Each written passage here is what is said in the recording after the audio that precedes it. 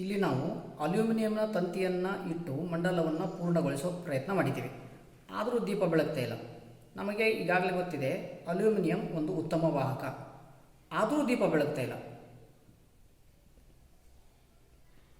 ಈಗ ದೀಪ ಬೆಳಗ್ತಾ ಇದೆ. ಇಲ್ಲ, ಬೆಳಗ್ತಾ ಇದೆ.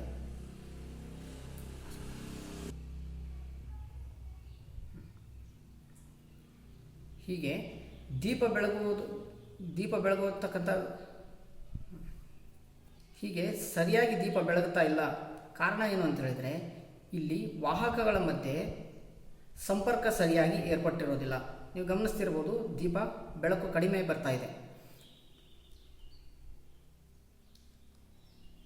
ಇದನ್ನು ತಪ್ಪಿಸೋ ಸಲುವಾಗಿ ನಾವೇನು ಮಾಡಬೇಕು ಅಂತ ಹೇಳಿದರೆ, ಇಲ್ಲಿರ್ತಕ್ಕಂಥ ಸಂಪರ್ಕವನ್ನು ಚೆನ್ನಾಗಿ ಏರ್ಪಡಿಸಬೇಕು.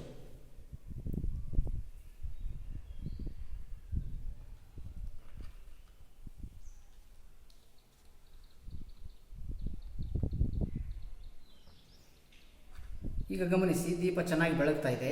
ಅಂದರೆ ಯಾವುದೇ ಸಂಪರ್ಕ ಸಡಿಲಗೊಂಡಿಲ್ಲ. ನಮ್ಮ ವಿದ್ಯುತ್ ಮಂಡಲದಲ್ಲಿ, ಗ್ರಹ ವಿದ್ಯುತ್ ಮಂಡಲದಲ್ಲೂ ಕೂಡ ವಿದ್ಯುತ್ ವಾಹಕಗಳ ಸಡಿಲ ಜೋಡಣೆ ಇದ್ದರೆ ಆಗ ದೀಪಗಳು ಸರಿಯಾಗಿ ಬೆಳಗೋದಿಲ್ಲ. ಅಷ್ಟೇ ಅಲ್ಲ, ಅದು ಅಪಾಯಕಾರಿ ಕೂಡ ಹೌದು.